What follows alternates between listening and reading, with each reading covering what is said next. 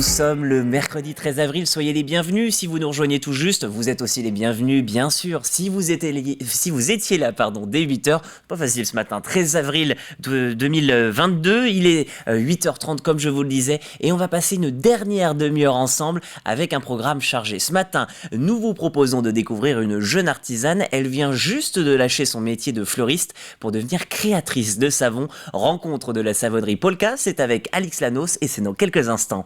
Le film de cette semaine, bien sûr, il y en a un. On vous proposera de découvrir le dernier film avec Nicolas Cage, Pedro Pascal et Neil Patrick Harris. C'est le coup de cœur de Camille et c'est à retrouver dans quelques instants. Et enfin, l'invité de la matinale, il était avec nous il y a quelques minutes, Alexandre Elouard. On continue notre petit tour des activités à faire pour les vacances avec quelques pistes dans le centre Vendée et dans l'agglo lyonnaise. Si vous avez loupé le rendez-vous, vous pouvez le retrouver bien sûr sur tvvendée.fr et si vous l'avez manqué, ne vous en faites pas, il y en a d'autres.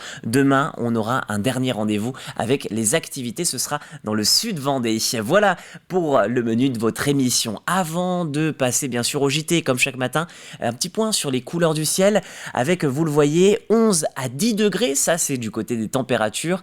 Et puis, pour les couleurs, regardez, des nuages, mais aussi un petit peu de soleil. Donc, ce sera un petit peu compliqué pour bien profiter des rayons du soleil et de ses bienfaits. Dans tous les cas, vous aurez peut-être un petit peu plus de chance dans l'après-midi entre les gouttes. Et oui, des averses de prévues, mais les nuages seront moins nombreux et le soleil devrait se montrer avec un petit peu plus d'abondance pour ces rayons. Pour les températures, comptez entre 16 et 19 degrés selon l'endroit où vous vous situez. On va passer désormais à Vaumaré sur TV Vendée. Vaumaré que vous voyez là tout de suite avec la basse mer qui est prévue à 9h30, donc dans un petit peu moins d'une heure. Vous avez donc le temps de suivre toute cette matinale, mais aussi le Flash Info de 9h en direct. Vous aurez ensuite une seconde marée basse à 21h42 et puis côté marée haute, une seule à signaler puisque la première est passée, c'est à 15h51 avec des coefficients qui continuent de monter. Nous sommes passés de 52 à 3h29 à 60 pour la prochaine. Enfin, un petit mot sur vos étals. Si vous souhaitez voir la carte, la voici qui débarque avec tous les rendez-vous. Il y en a, on va aller un petit peu de l'ouest vers l'est, Saint-Jean-de-Mont, les Sables-d'Olonne, Angles, La Roche-sur-Yon, Belvigny, l'Herbergement. Il y a aussi les Herbiers, Saint-Pierre-du-Chemin, Mouilleron-Saint-Germain, Foussé-Perret et Fontenay-le-Comté dans Vix. Avec tous ces rendez-vous, bien sûr, aussi un petit point pour vous rappeler que si vous ne voyez pas votre marché, vous pouvez bien sûr nous rappeler. On a actualisé les cartes, mais c'est important aussi d'avoir vos retours. On fait ça pour vous, donc n'hésitez pas à nous dire s'il manque quelque chose, si vous avez des idées, s'il y a quoi que ce soit, n'hésitez pas. TV Vendée est là pour vous. Bonne fête au Ida, et oui, on est aussi là pour fêter les fêtes, et désormais, on est là surtout pour parler d'actualité. C'est le JT sur TV Vendée.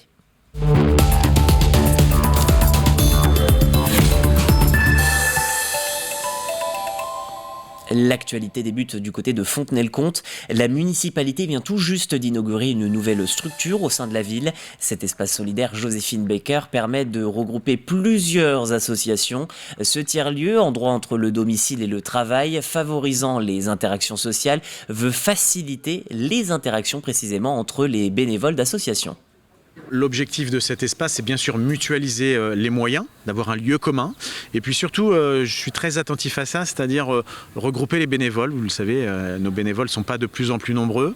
Et je pense que les regrouper sur un même lieu, plusieurs associations, ça permet de bénéficier d'interactions entre les associations caritatives et mutualiser ces bénévoles. Je crois qu'elles apprécient ici, d'abord, d'avoir un accueil commun. Les bénéficiaires arrivent dans un endroit, dans un lieu commun, et puis après sont orientés en fonction de leurs demandes vers telle ou telle association caritative, puisque certaines font de la distribution aussi de vêtements, pas d'autres, etc. Après 4 journées de flou et de suspension du site, la campagne de déclaration des revenus est cette fois lancée pour 397 000 foyers vendéens. Vous avez 2 mois pour faire votre déclaration obligatoire et ce, même depuis le prélèvement à la source. Attention à noter cette année quelques nouveautés, par exemple pour ceux d'entre vous employant des salariés à domicile. Les principales nouveautés sont notamment l'approfondissement du prélèvement à la source et notamment de la restitution des crédits d'impôt des services à la personne. Car depuis le 18 janvier, les particuliers employeurs vont désormais avoir le crédit d'impôt directement déduit de ce qu'ils doivent payer aux URSSAF. Et je le précise, uniquement pour les particuliers employeurs ayant opté pour le CESU+, aux URSSAF. Vous avez jusqu'au 8 juin pour déclarer vos revenus en ligne et jusqu'au 19 mai pour les déclarations papier. Imaginez, l'un de vos enfants a quelques soucis de peau sensible. Vous changez de produit, Estelle est bien plus radicale. Elle a décidé de produire elle-même ses savons. Depuis décembre, l'ancienne fleuriste s'est reconvertie en fondant Polka pour peau olive karité. Avec une technique ancienne, l'artisane est désormais une productrice indépendante. Alix Lanos vous propose de la découvrir. À 2 pas de chez elle, dans son laboratoire flambant neuf, Estelle Ducrot fabrique depuis décembre dernier ses propres savons, selon un procédé artisanal, la saponification à froid. C'est une méthode très ancienne. C'est une méthode où on met des huiles, de la soude caustique et de l'eau, qui se transforme en savon avec de la glycérine.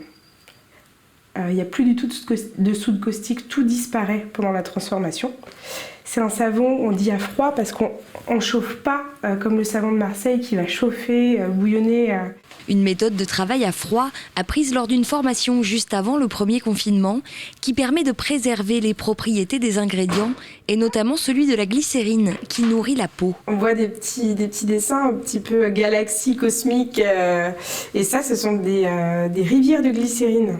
Entièrement conçue avec des produits bio et locaux dès que possible, la gamme est aujourd'hui composée de 4 savons aux senteurs variées. Moi, quand j'étais toute petite, je voulais être née. Je voulais créer des parfums, donc c'est quelque chose qui me plaît beaucoup. Et les associations d'huiles essentielles, je me suis éclatée. Je me suis éclatée à chercher ce qui matchait bien ensemble. Une fois coupés, les savons vont rester ici pendant 4 semaines, laissant à l'eau le temps de s'évaporer. La petite entreprise naissante espère bien se développer et pourquoi pas collaborer. Estelle a déjà des demandes de toutes sortes. J'ai eu des propositions pour intégrer de la poudre d'huître dans le savon, histoire de revaloriser du coup le produit et pour pouvoir en faire un savon gommant, un savon des travailleurs pour enlever le cambouis, tout ça. Donc j'étudie ça. Et voilà, j'en ai d'autres que j'aimerais bien sortir aussi. Et en attendant la sortie du savon gommant, Chaton, Bon Matin, Captain Amour et Mazette sont à retrouver sur le site internet de la savonnerie Polka ou en vente directe chaque jeudi de 17h à 19h. Cap sur Boufféré avec des nouvelles de la réhabilitation de l'église Notre-Dame de l'Assomption. Depuis 6 ans, les cloches ne sonnent plus à cause d'une charpente fragilisée. Pour sauver l'édifice, le chantier est donc colossal et coûte cher. Plus d'1 300 000 € financés par la ville et le département. Il y aura 3 phases de chantier qui vont s'étaler sur 2 années. On commence par le clocher qui est la partie à la fois la plus ancienne et la plus fragilisée qui a déjà commencé avec les échafaudages qui ont été installés. Et puis petit à petit on va investir toute l'église. On va faire des travaux de structure mais aussi des travaux d'embellissement avec la réfection des enduits extérieurs et intérieurs.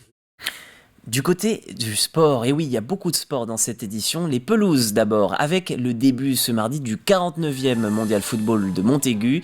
4 rencontres du Challenge Nation se sont déroulées hier, et notamment le match de l'équipe de France, opposé au Portugal au stade Maxime Bossis. Les Bleuets dominent les débats, mais s'inclinent face à des Lusitaniens plus efficaces en attaque. Score final 1-0. La France, qui n'a plus remporté le tournoi depuis 2006, devra redresser la barre jeudi soir lors de son 2e match face à la Belgique. Des regrets pour l'équipe qui méritait à mon avis de faire au moins le nul dans cette rencontre, donc c'est une déception. Maintenant, rien à dire sur le comportement et les attitudes. Il nous manque cet aspect finition là-haut qu'on va travailler, j'espère, pour la Belgique. Voilà, mais c'est pas terminé, le tournoi, il y a encore 2 matchs et surtout il faut se remobiliser parce que dans 2 jours il y a la Belgique et on terminera par les Argentins. Donc on savait le tournoi relevé. Il l'est, on n'est pas surpris.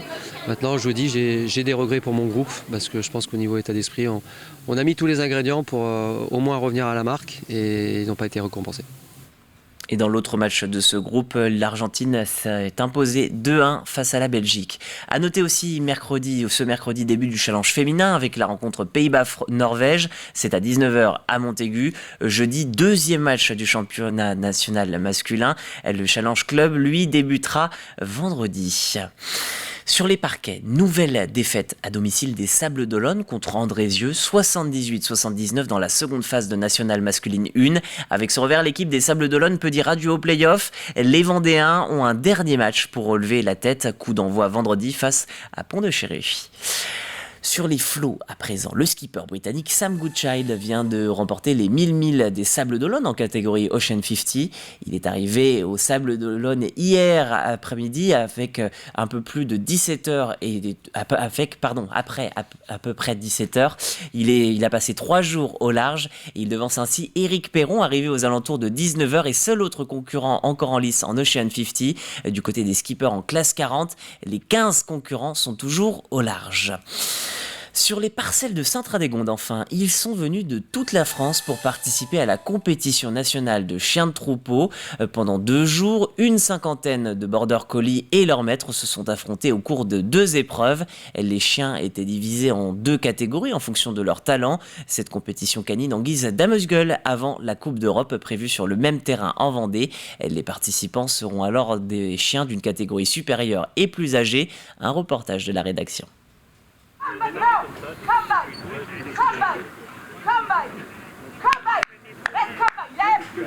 Il fallait donner de la voix pour se faire entendre par son border collie.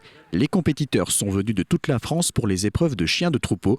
Pascal de Nouvelle-Aquitaine fait face à des moutons récalcitrants.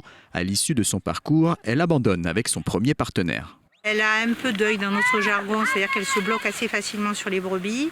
Donc il faut lui donner un peu de courage.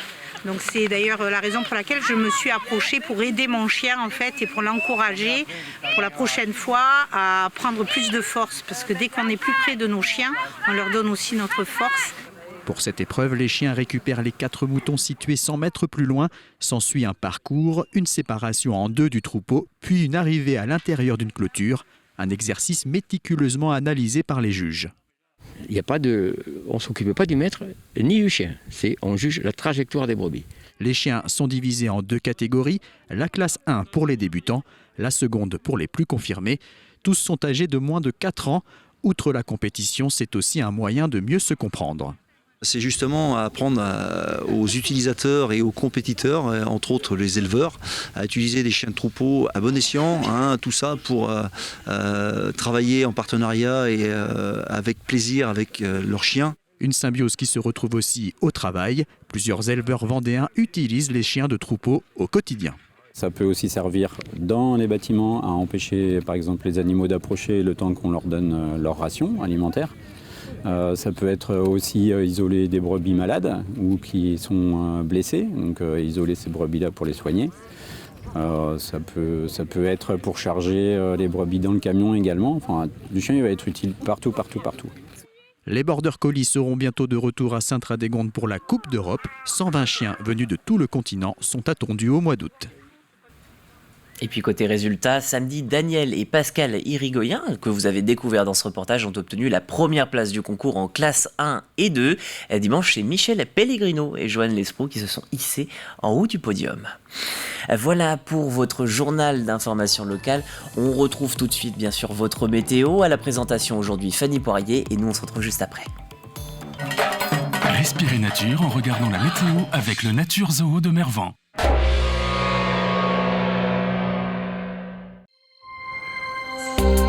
Bonjour à toutes et à tous, encore un petit peu de patience, le temps va rester assez nuageux ce mercredi, mais l'anticyclone revient pleinement à partir de vendredi avec un ciel de plus en plus ensoleillé et un très beau week-end de Pâques qui s'annonce. On s'intéresse dans un premier temps à notre mercredi 13 avril. Le ciel voilé va dominer en matinée sur l'ensemble de la Vendée. Quelques éclaircies sont tout de même possibles, notamment sur les îles. Côté température, c'est de plus en plus doux, on attend 10 degrés minimum dans l'intérieur des terres. 11 degrés pour le bord de mer, voire même 12 degrés sur l'île Dieu. Dans l'après-midi, le ciel devient menaçant avec un risque d'averse qui pourrait également prendre un caractère orageux. Le mercure grimpe jusqu'à 14 degrés sur l'île Dieu, 15 degrés le long du littoral. On compte également 18 à 19 degrés de Fontenay-le-Comte jusqu'à Montaigu-Vendée. Allez, on passe aux prévisions des 3 prochains jours. Jeudi, le soleil est de retour en matinée, mais le temps pourrait devenir une fois encore orageux avec l'arrivée des nuages et donc potentiellement d'averses, notamment dans les terres. Sur le littoral, le soleil perdure du matin jusqu'au soir. Le thermomètre affiche de 9 à 12 degrés pour la première partie de journée et de 15 à 20 l'après-midi. Vendredi, chose promise, chose due, le soleil est généreux. C'est une très belle journée printanière qui nous attend. Les températures sont également agréables avec une moyenne de 10 à 20 degrés. Et puis samedi, le temps reste bien ensoleillé. Quelques nuages peuvent circuler de nouveau dans l'après-midi. Le mercure est compris entre 9 et 19 degrés. On revient à notre mercredi 13 avril. Très belle fête à toutes les Ida. La mer s'annonce agitée avec des coefficients de marée de 53 et 60. Nous gagnons également 3 minutes de temps d'ensoleillement. Le soleil va donc se lever à 7h21 et se coucher à 20h51. C'est tout pour aujourd'hui. Passez une très belle semaine. À bientôt sur TV Vendée pour un nouveau bulletin météo.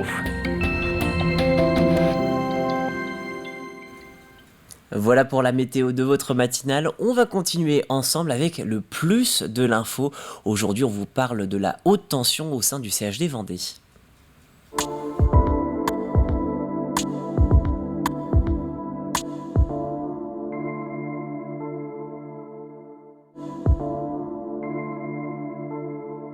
Depuis 2 ans, depuis le début de la crise Covid, on a subi une pression importante au niveau de notre travail, du travail de chacune des catégories de personnel, avec un épuisement vis-à-vis des conditions de travail aux urgences, mais aussi dans les étages, avec des charges en soins importantes, ce qui a amené à un absentéisme pour arrêt maladie important chez toutes les catégories de personnel et donc un problème de ressources humaines importantes sur l'hôpital. Le cœur du problème, c'est le manque d'effectifs dans toutes les catégories de personnel. Il n'y a pas assez de médecins, il n'y a pas assez d'infirmiers, il n'y a pas assez d'aides-soignants, il n'y a pas assez d'assistantes sociales. Toutes les catégories, encore une fois, sont touchées par cette problématique. Et les gens sont en souffrance, nos collaborateurs sont en souffrance au travail partout dans l'établissement. En conséquence de ça, il y a 15% de lits qui sont fermés sur l'hôpital, répartis dans tous les services, et donc on a des difficultés d'aval pour les patients qui doivent être hospitalisés au service des urgences. Ça s'impacte sur le temps de présence des patients aux urgences, avec des temps de présence qui est hors norme, je parle de 2 jours, 3 jours aux urgences avant de pouvoir trouver un lit d'hospitalisation dans une chambre.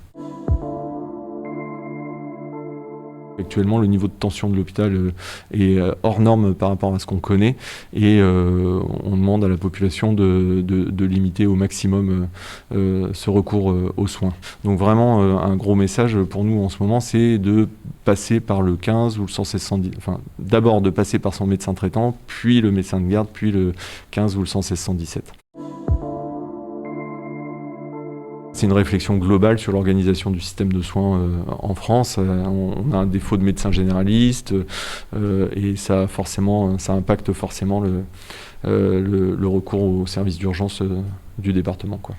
J'attends qu'il y ait un maillage plus fort de l'organisation de la médecine en France, un maillage plus contraint. Je constate qu'il y a des zones où il y a un effectif qui est au moins suffisant et peut-être trop important, et puis il y a des zones qui sont complètement appauvries en médecins généralistes. Il y a peut-être une organisation à réfléchir de ce point de vue-là, une intervention à faire sur les libertés d'installation, et puis il faut donner plus de moyens aux soignants et à l'hôpital et à la médecine générale, à la médecine en général, quoi. Et pour rappel, nous vous en parlions hier, l'hôpital a déclenché son plan blanc au sein du CHD de Vendée. Voilà pour votre plus de l'info. Tout de suite, on passe à votre chronique ciné.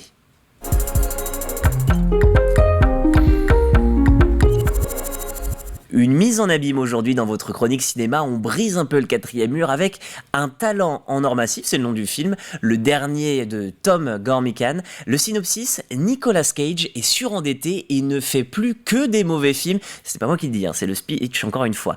Il va alors accepter un contrat pour travailler avec la CIA. Au casting, Nicolas Cage, Pedro Pascal et Neil Patrick Harris.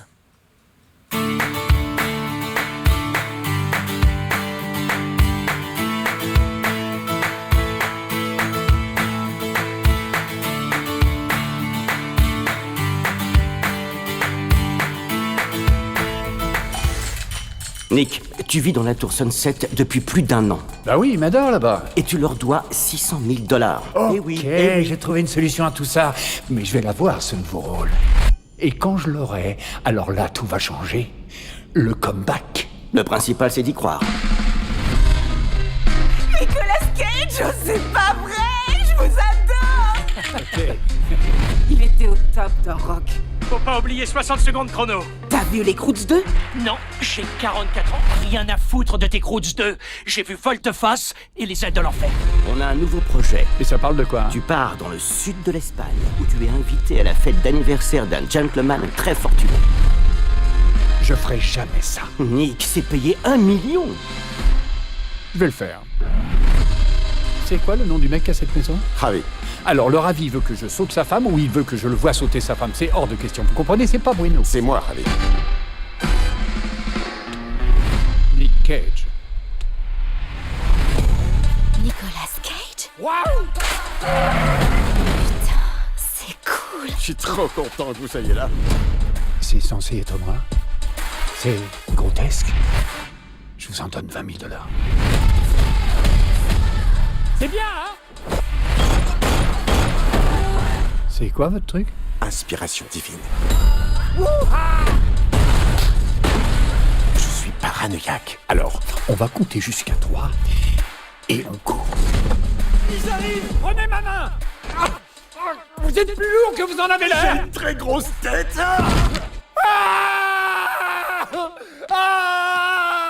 Partez! Je ne vous oublierai jamais, mon vieux.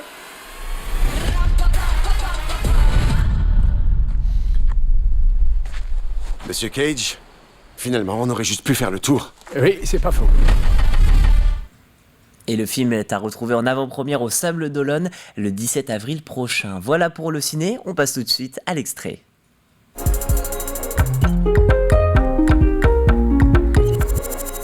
Et aujourd'hui, c'est comme toujours, l'extrait concerne un inédit qui sera diffusé ce week-end dès samedi sur notre antenne. Dans cette nouvelle émission, Jérôme Aubineau reçoit les tenanciers de la poterie Luton, l'occasion de parler de leur savoir-faire très spécialisé. Regardez. Alors la maison... la maison Luton, la poterie Luton, elle se situe où?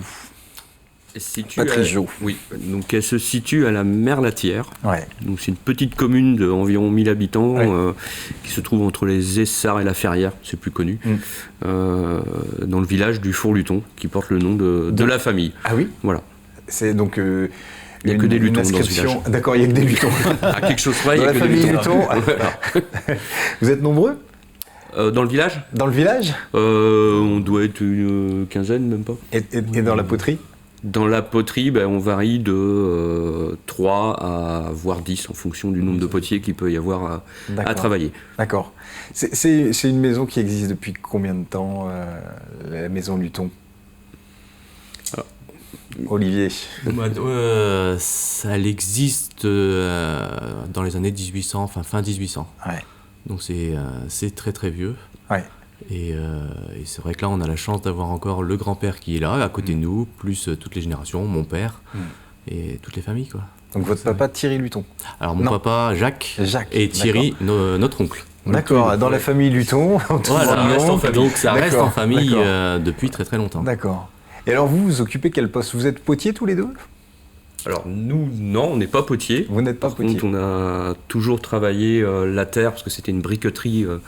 à l'origine poterie, donc on faisait, enfin surtout Olivier, Jacques et puis mon grand-père, c'était des briques pour le bâtiment, des tuiles, voilà. Ouais. Donc j'en ai fait, t'en as fait aussi. Mais moi quand je suis arrivé, ça fait à peu près 20 ans, on faisait de la brique plâtrière. D'accord. Voilà, brique d'intérieur de maison.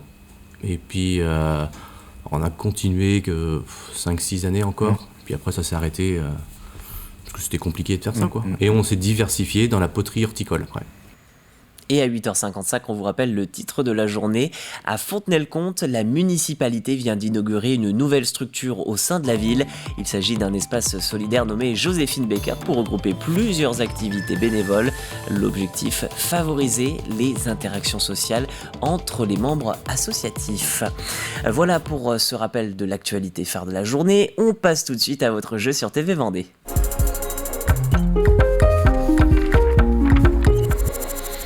La question, la voici. Comment s'appelle la nouvelle salle de spectacle prévue pour remplacer le Fusion? Vous avez déjà la réponse? Rendez-vous sur tvvendée.fr dans la rubrique Jouer et vous pourrez peut-être tenter de remporter le panier garni offert par ma production locale. Il est d'une valeur de 40 € et vous pourrez y retrouver une bouteille de ratafia de champagne, une bouteille de cidre, un sachet de cookies, un sachet de chocolat de Pâques, un miel de fleurs et aussi des infusions. Si vous avez besoin d'un indice parce que vous n'avez pas encore trouvé la bonne réponse, vous pouvez prendre celui-ci, ou du moins écouter celui-ci. Embarquement immédiat, direction musique. Vous avez toutes les infos désormais pour jouer. Je croise les doigts pour vous et je vous souhaite bonne chance pour le tirage au sort de vendredi. Mais la semaine est encore longue, alors on se retrouve dès demain jeudi. D'ici là, portez-vous bien et belle journée sur TV Vendée.